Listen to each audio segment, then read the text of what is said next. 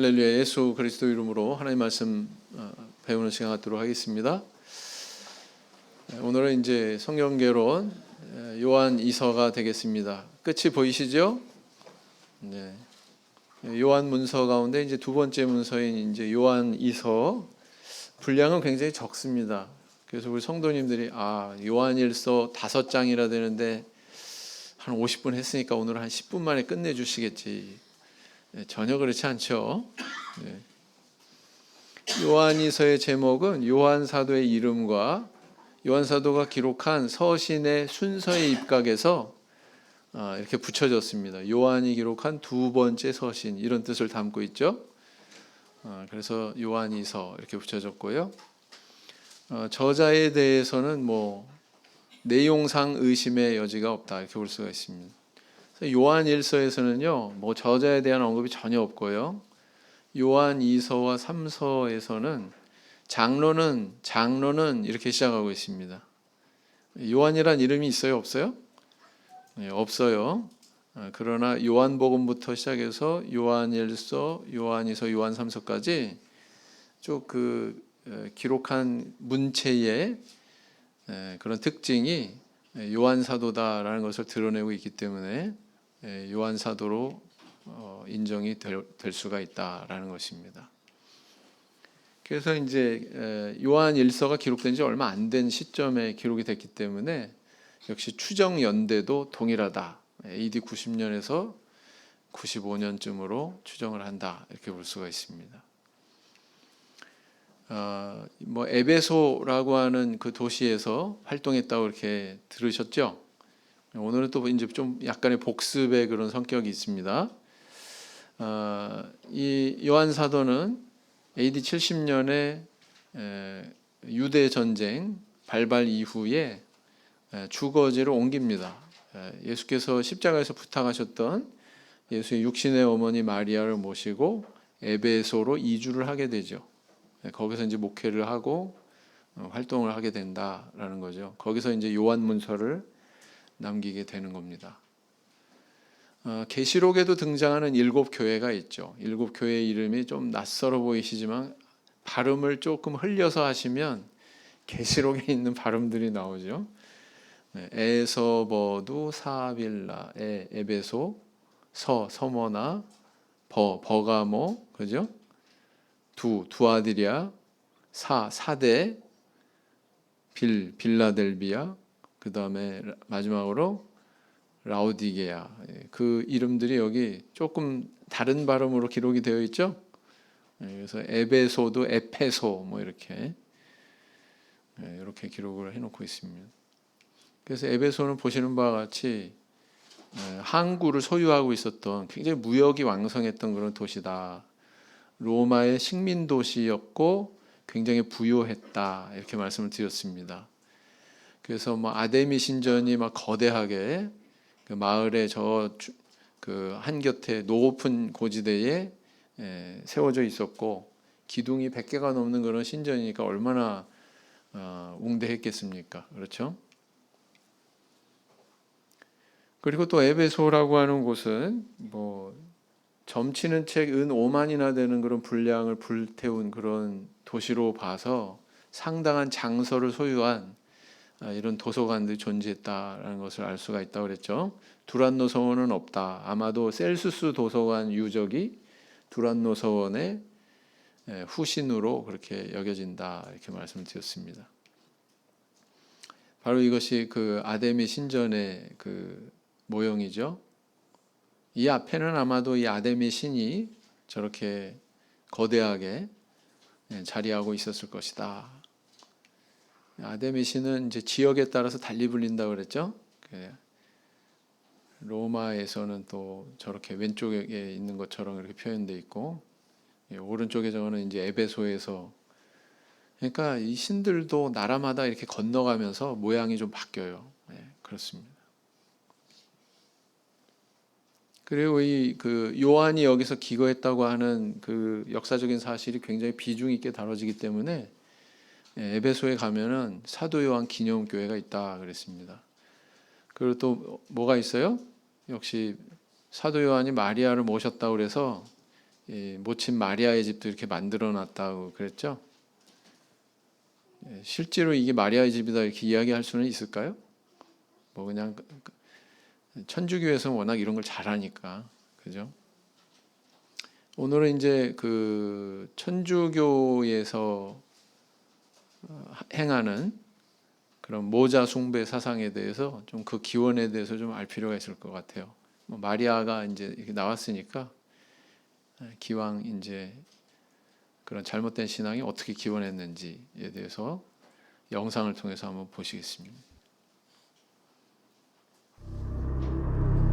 기원전 2800년경 유프라테스와 티그리스 강 사이에 자리한 바벨론에 니무롯이란 사냥꾼이 있었다.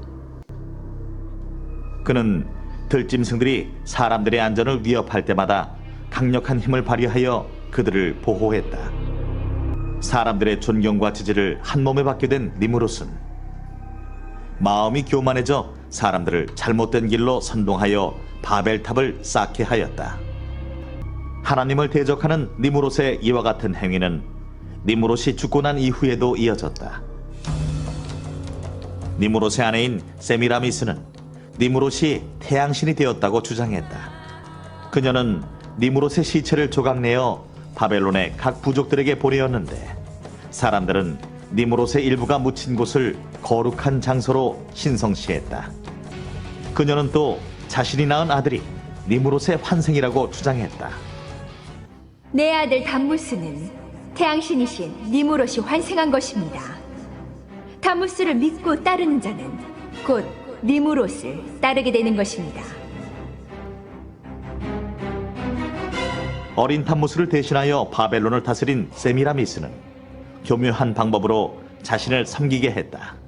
세미라미스가 담무스를 안고 있는 기념비들이 바벨론 곳곳에 세워지고 태양신을 상징하는 각종 형상들이 세워졌다.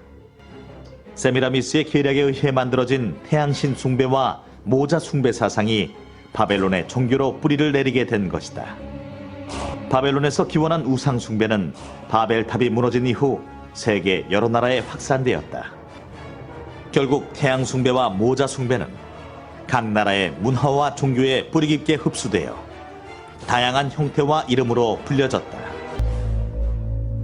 태양신인 니무롯은 페르시아에서는 미트라로, 로마에서는 솔, 이집트에서는 라 혹은 호러스, 그리스에서는 아폴론으로 불려졌다.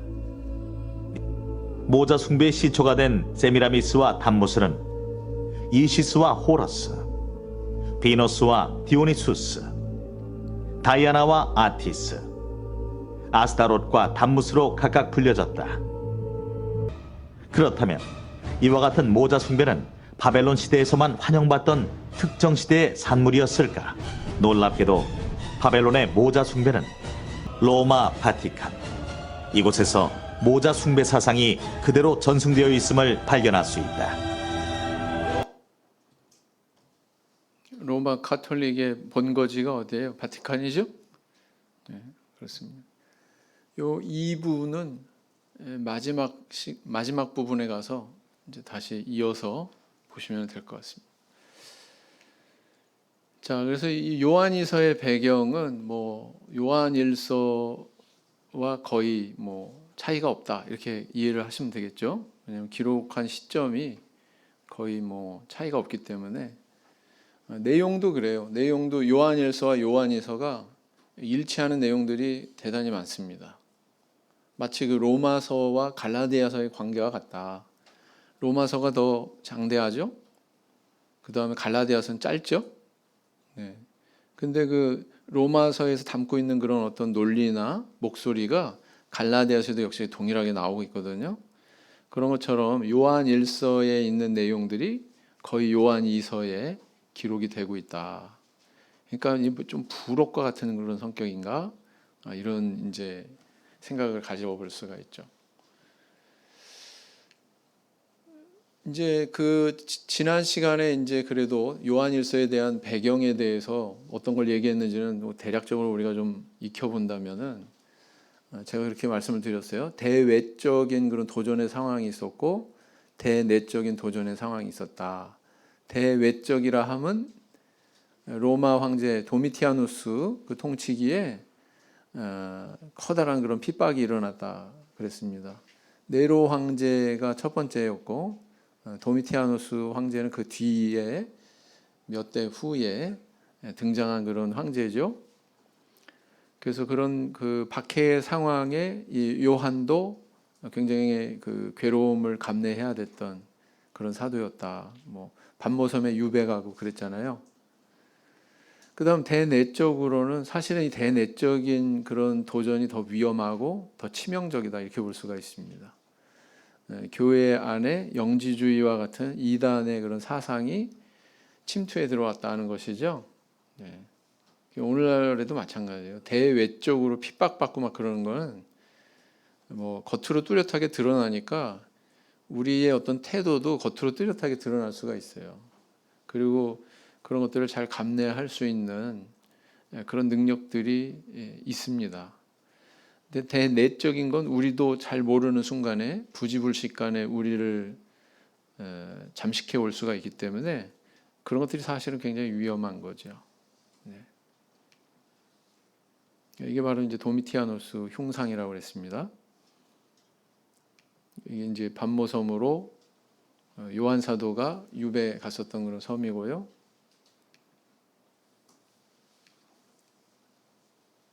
그래서 이제 대내적인 이런 도전의 상황의 영지주의 사상은 핵심이 뭐냐면 이상과 현실을 철저하게 분리시키는 이분론적으로 그렇게 생각한다고 그랬죠. 그래서 신은 신이고 인간은 인간이지 어떻게 신이 인간의 몸을 입고 이 땅에 내려오냐. 예수 그리스도의 성육신을 긍정한다, 부정한다? 부정한다. 받아들이지 못한다라는 것입니다. 만약에 예수 그리스도께서는 신이며 인간이다라고 하는 이 아주 단순한 이 명제에 대해서 못 받아들이잖아요. 그러면 이게 우리의 구원에 대해서 설명이 안 된다고요. 예수 그리스도께서는 신성을 구비하셔야 돼요. 그래야만 우리를 신이 계신 저 윗세계로 인도하실 수가 있습니다. 아니 본인은 신성도 없는데 그런 일 할 수 있어요? 없어요? 없습니다. 그 다음에 예수 그리스도는 완전한 인간이셔야 우리를 구원하실 수 있습니다. 왜요? 예수 그리스도는 제물이 되셨잖아요. 그죠? 소도 아니고 양도 아니고 염소도 아니고 인간의 몸인 자기 자신의 몸으로 제물이 돼야만 인간을 구원할 수 있는 거예요. 1대1. 눈에는 눈, 이에는 이. 그죠? 생명에는 생명. 인간의 생명은 인간의 생명으로. 이런 공의의 그런 법칙에 입각해서 우리를 구원하실 수 있는 거예요. 그러니까 그분은 인간이셔야 돼요. 근데 인간이 아니다? 그러면 절대로 우리 구원할 수가 없습니다. 제물이 될 수 없기 때문에.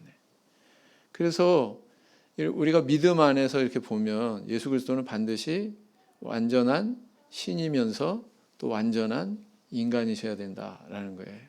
논리적으로는 이게 받아들여지지 않을 수 있어요. 신이면 인간이 아니란 뜻이고 인간이라면 신이 아니란 뜻이지 어떻게 신이면서 인간이냐. 논리적으로는 설명이 안 됩니다. 그런데 성경은 우리에게 그걸 설명하고 있습니다.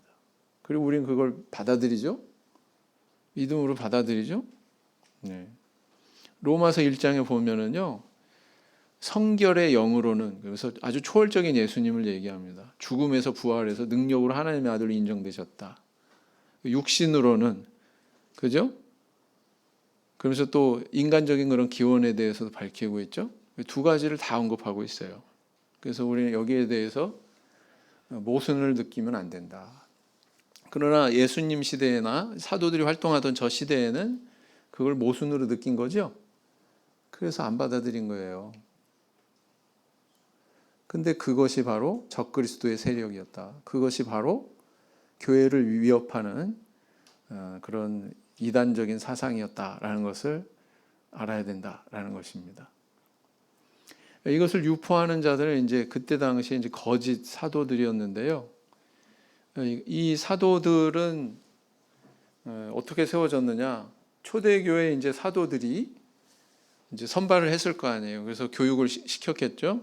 근데 그 교육을 받은 그런 사람들 가운데 변질된 사람들이 나타났다는 거예요. 변질된 사람들이.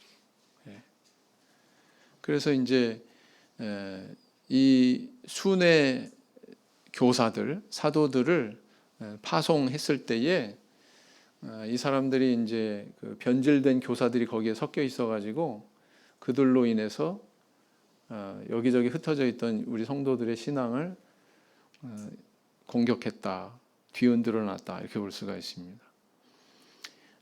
이런 순회 교사들을 영접하고 그들이 떠날 때까지 그들에게 숙식을 제공할 뿐만 아니라 그들이 또 떠나갈 때도 차기 행선지까지의 어떤 그런 경제적인 부담 이런 것까지도 다 해주는 게 이때 당시에 그 의무였거든요. 교회의 의무였거든요.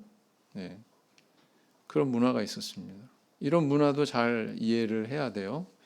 왜냐하면 이게 이제 다음 시간에 또 배우는 또 요한 3서에도 관련된 내용이 나오기 때문에 그렇습니다. 근데 문제는 뭐냐? 이들 가운데 변질된 그런 사상을 가진 사람들이 있었다. 거짓 기독론. 이 거짓 기독론이 방금 말씀드린 예수 그리스도께서 육체로 오신 것을 긍정한다, 부정한다? 부정하는 사람들이 있었다라는 겁니다. 네. 그 다음에 이런 교리적인 차원에서의 문제만 안고 있는 게 아니라 윤리적인 차원에서도 문제를 노출하는 그런 행태가 보였는데 그건 바로 뭐냐면은 자기의 사리사욕을 채우는 그런 모습을 나타냈다는 거예요. 고대의 이 사도시대 때 어떤 문서를 보면 12사도의 교훈 뭐 이런 문서를 보면 이런 규정들이 자세하게 나와 있는데요. 이틀까지 머물면 괜찮다. 근데 3일을 머물다 가면 거짓 교사다. 이렇게 얘기하고 있습니다. 예? 영은에도 3일 하지 말고 이틀 해야 될까 봐요. 그 다음에 또 뭐가 있냐면 행선지, 차기 행선지까지의 어떤 그런 교통비, 비용 이런 거 이외에 다른 금전에 대해서 요구한다? 그러면 거짓 교사다. 또 이렇게 규정하고 있습니다. 네. 굉장히 엄격했다는 걸 알 수가 있죠. 네. 그래서 이 교회와 성도들을 대상으로 사리사욕을 채우는 그런 행태가 있나 없나가 또 중요한 또 이 거짓 교사를 분별하는 기준이 됐다라는 겁니다. 그래서 이런 거짓 교사들에 대해서 경계해라 이렇게 얘기하고 있죠. 받아들이라는 얘기예요, 거절하라는 얘기예요. 네, 거절하라는 얘기예요. 드리지 말라는 거예요. 네. 그렇게 이야기하고 있습니다. 그래서 이제 이런 거짓 교사에 대해서는 교회에서 출교 조치하거나 아니면 스스로 떠나가거나 그렇게 했다고 요한일서 2장 19절을 참고로 해서 보면 우리가 추론을 할 수가 있죠. 그래서 이제 요한 사도는 이런 그 시대의 어떤 배경, 이렇게 순회 교사 제도에 있었던 초기 교회의 어떤 그런 모습을 배경으로 해서 요한일서와 더불어 요한이서에서 또 계속해서 이렇게 권면의 경계 이런 서신을 기록해서 발송을 하고 있다는 것입니다. 그래서 거짓 교사 문제, 그다음 이단 사상의 문제 이런 것들을 경계하고 있는 거죠. 그래서요 요한이서 내용은 굉장히 간단합니다. 심플합니다. 장로는 택하심을 입은 부녀와 자녀들에게 문안한다. 이렇게 시작하고 있죠. 택하심을 입은 부녀와 자녀들. 우리 성도님들 분명한 인식을 가지셔야 돼요. 장로는 그리스도를 택한 부녀와 자녀들에게 문안한다. 이렇게 얘기하지 않았어요. 그죠? 내가 그리스도를 선택한 게 아니에요. 부녀가 예수 그리스도를 선택한 게 아니고 부녀가 예수 그리스도의 선택함을 받은 거예요. 그렇죠? 이 생각이 날마다 깊어져야 됩니다. 날마다. 부녀와 자녀들이라고 표현한 걸로 봐서 초대교회의 이 성도들의 구성원이 어떠했는지에 대해서 우리는 또 엿볼 수가 있죠. 오늘날에만 교회 안에 여인들이 많은 게 아니에요. 여인들이 많습니다. 여인들이 더 많이 믿습니다. 예수님을. 자, 은혜와 긍휼과 평강이 우리와 함께 있으리라. 우리와 함께, 너희에게만이 아니라 우리, 서신을 발송하는 장로와 또 그와 함께한 무리들이 같이 이 축복에 참여하고 있는 것을 우리 보게 되죠.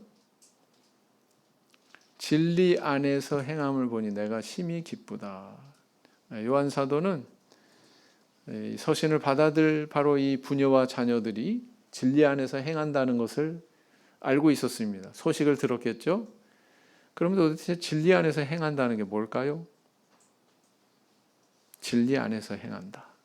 여러분, 진리는 뭐 깨닫거나 아니면은 뭐 믿거나 뭐 이런 차원에서 이야기할 건데, 진리 안에서 행한다, 또 이렇게 표현을 하고 있단 말이죠.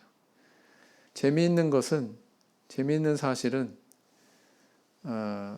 영지주의 이단은 철저하게 이분론적인 사고를 가지고 접근하는데, 요한 사도는 정반대로 합하고 있어요. 분리시키지 않고 합하고 있습니다. 어떻게 해요? 하나님을 사랑한다? 사랑하면은 뭐예요? 그의 계명을 지키는 거예요. 그의 계명을 지키면은 그게 사랑하는 거다. 이걸 분리시키고 있지 않습니다. 어떤 신앙의 어떤 정신, 깨달음 이것과 우리의 실천, 행동 이것을 분리시키지 않고 이걸 하나로 묶고 있어요. 그래서 굉장히 좀 어떻게 보면 동양적인 그런 또 경향도 엿보인다, 이렇게 볼 수가 있습니다. 분리시키지 않죠. 하나로 묶어놓는다라는 것입니다. 서로 사랑하자. 이건 요한일서에서도 있었던 음성입니다. 요한일서에도 역시 나오고 있고요. 이것도 역시 요한일서에 있었던 내용인데, 우리가 지금 가진 계명은 처음부터 우리가 가진 계명이다. 사랑이란 뭐냐? 진리 안에서 행하는 것이다. 이걸 달리 표현하면 어떻게 될까요?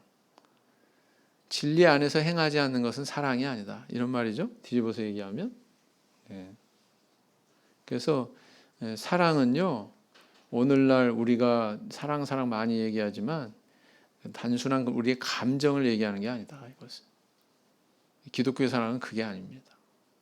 그렇게 정의하고 있지 않습니다. 지난 시간에도 요한 사도는 적그리스도, 이단에 대해서 경계해라, 사귀지 마라, 거기와 연락하지 마라, 대면하지 마라, 이렇게 경계하면서 한편으로는 사랑해라 또 이렇게 이야기하고 있다고 그랬죠. 이게 모순돼 보일 수 있다고 그랬습니다. 그런데 모순된 게 아니다. 미혹하는 자가 세상에 나왔다. 그들은 예수 그리스도가 육체로 오신 것을 부인하는 자들이다. 이 오늘 이 요한일서에 있었던 동일한 내용이 여기 나오고 있어요. 그들이 바로 적그리스도다, 이렇게 얘기하고 있는 거죠. 그러니까 적그리스도가 뭐 거창하게 뿔 달리고 눈이 찢어지고 뭐 이빨이 막 있고 막 그게 적그리스도가 아니고, 이 잘못된 사상에 의해서 예수 그리스도를 잘못 전하는 이 거짓 교사들이 적그리스도다, 이렇게 얘기하고 있는 거예요.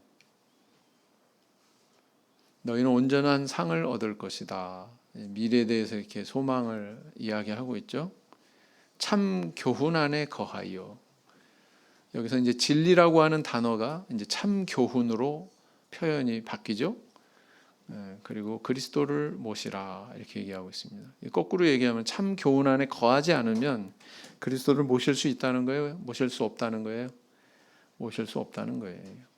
그래서 우리가 추구하는 이 진리와 우리가 어떤 사랑을 실천하고 그리스도 안에서 사귐이 있고 그리스도 안에서 연합하고 하는 것과는 아주 긴밀한 관계가 있다라는 겁니다. 우리 지난 안식일에 우리 임지원 목사님 왔었었죠? 가족들이, 그 사촌 가족들하고 어떠하셨어요? 길 가다가 만나도 저분은 우리 교인인 것 같아, 그런 느낌이 들지 않을 것 같아요? 들을 것 같아요? 안 들을 것 같아요? 들을 것 같죠? 그렇습니다. 이 교훈 안에 거하지 않으면, 예수 그리스도가 육체로 오셨다고 하는 이 사실, 하나님이 육신을 입고 이 땅에 오셨다고 하는 이 사실에 대해서 받아들이지 않는다면 집에 들이지도 말고 인사도 하지 말라. 야, 어떻게 매정하게, 야, 어떻게 냉정하게, 집에 들이지도 말고 인사도 하지 말라고. 사랑이 없네, 사랑이. 이게 사랑이에요? 야, 아니다. 사랑은 그렇게 정의되는 게 아니다. 성경에서 이야기하는 것은. 그래서 우리가 이렇게 진리를 잘 지키는 것이 너무나도 중요하다. 사랑이라고 하는, 진정한 성경에서 이야기하는 사랑이라고 하는 것을 논할 때 굉장히 중요한 거다. 이게 실천할 때, 논할 뿐만 아니라 실천할 때 그게 있어야 된다. 진리에 대한 추구, 참 교훈에 대한 추구, 반드시 구비되어야 된다라는 것입니다. 그러면서 이제 가서 너희와 면대하고 말하리라 이렇게 얘기하고 있죠. 온라인으로만 안 하고 직접 가서 내가 말해줄게 이렇게 얘기하고 있어요. 내 자매 자녀가 무난한다. 굉장히 짧습니다. 맥락은 요한 1서와 대동소이하다. 사랑에 대해서 언급하고 있습니다. 그리고 그 사랑의 구체적인 모습은 그분의 계명대로 행하는 것이고 처음 들은 바와 동일한 그 계명이다 이렇게 얘기하고 있죠. 이단에 속한 자를 경계해라 이렇게 이야기하고 있습니다. 어떤 게 이단이고 적그리스도냐? 예수 그리스도가 육체로 오신 것을 부인하는 게 바로 그것이 적그리스도다. 교훈 안에 거해야만 아버지 아들을 모신다. 이단자에게는 인사도 하지 말라 이렇게 아주 단호하게 명령을 하고 있다라는 것입니다. 그래서요, 얼마나 많은 부분이 일치하고 있는지, 파피루스 한 장에 다 들어갈 만큼 짧은 그런 그 분량인데 거기에 이렇게 똑같은 게 많구나라는 걸 아마 느끼실 거예요. 좌측은 형제반, 우측은 자매반 이렇게 읽겠습니다. 시작. 사랑하는 자들아, 우리가 서로 사랑하자. 사랑은 하나님께 속한 것이니 사랑하는 자마다 하나님께로 나서 하나님을 알고. 자매반. 부녀여, 내가 이제 내게 구하노니 서로 사랑하자. 이는 새 계명같이 내게 쓰는 것이 아니요 오직 처음부터 우리가 가진 것이라. 어때요? 동일하죠? 그 다음 두 번째 형제반. 시작.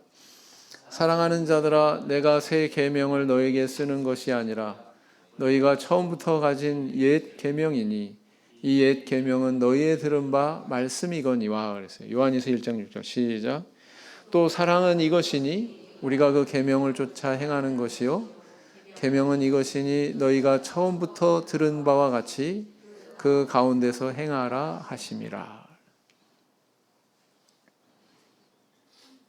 다음 형제반. 시작. 하나님을 사랑하는 것은 이것이니 우리가 그의 계명들을 지키는 것이라. 그의 계명들은 무거운 것이 아니로다. 그랬어요. 요한이서 자매반. 또 사랑은 이것이니 우리가 그 계명을 쫓아 행하는 것이요 계명은 이것이니 너희가 처음부터 들은 바와 같이 그 가운데서 행하라 하심이라 그랬죠.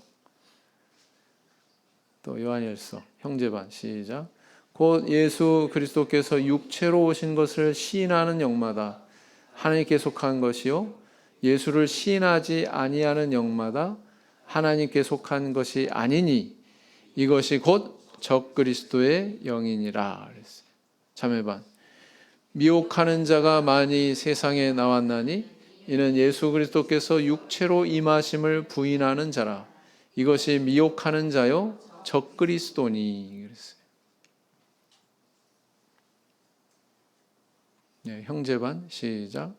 아버지와 아들을 부인하는 그가 적그리스도니 아들을 부인하는 자에게는 또한 아버지가 없으되 아들을 시인하는 자에게는 아버지도 있느니라 그랬어요. 자매반. 시작. 지내쳐 그리스도 교훈 안에 거하지 아니하는 자마다 하나님을 모시지 못하되 교훈 안에 거하는 이 사람이 아버지와 아들을 모시느니라. 의미상 같다는 거예요. 의미상. 많죠? 유사한 표현이 많죠? 그 다음 디도서하고 또 요한이서가 유사한 표현이 있습니다. 이건 참고적으로 형제반 시작. 누구든지 이 교훈을 가지지 않고 너희에게 나아가거든 그를 집에 들이지도 말고 인사도 말라 그랬죠. 디도서 3장 10절에 자매반 시작. 이단에 속한 사람을 한두 번 훈계한 후에 멀리하라 이렇게 이야기하고 있습니다. 이단에 속한 사람에 대해서 어떻게 대해야 되는지는 성경이 너무나도 명확하게 우리한테 경계하고 있습니다. 아시겠죠? 네.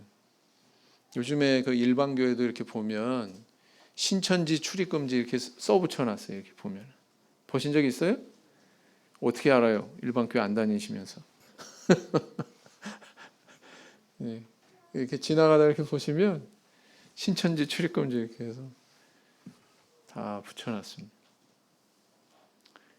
그래서 요한이서의 교훈들 압축하면 이렇습니다. 계명대로 진리 안에서 행하라. 그게 하나님 사랑하는 거다. 네. 그다음 교훈 안에 거하는 자가 아버지와 아들을 모신다. 교훈 안에 거하지 않는 자를 상대하거나 관계를 맺지 말라. 이렇게 경계하고 있다는 사실입니다. 그래서 이제 여기까지 살펴봤고요. 아까 말씀드린 대로 이제 로마 카톨릭 천주교가 왜 저렇게 타락했는지, 왜 마리아가 등장하는지 이제 두 번째로 영상을 보시겠습니다.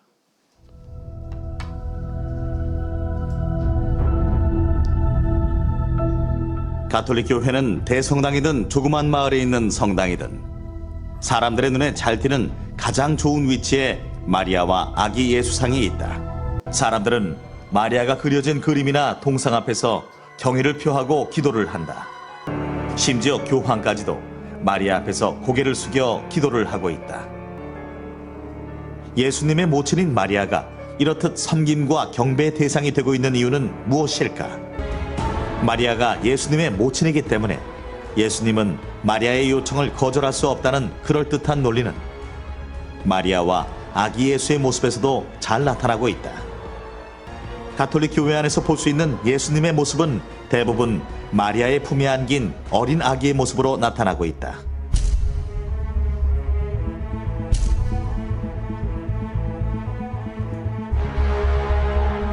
이는 그리스도이신 예수님을 마리아에게 늘 의존하는 나약한 어린 아기의 모습으로 격화시키고 마리아 없이는 아무것도 할 수 없는 존재로 보여지게 한다. 그래서일까? 오늘날 가톨릭 교인들은 예수님보다 마리아를 더 높은 위치에 두고 있다.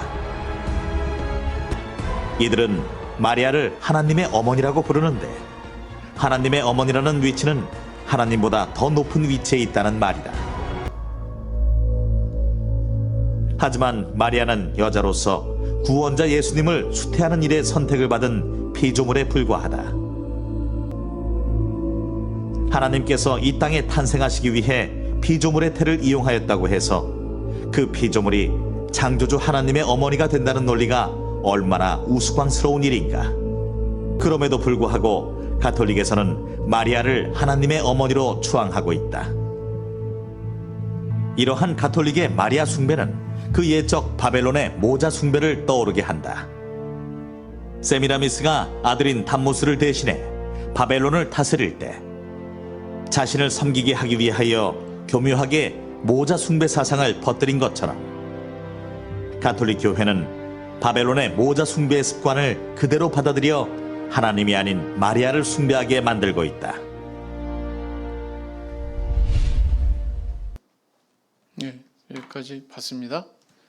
어떻게 이제 뭐 뿌리에 대해서 조금 이해가 되셨어요? 네.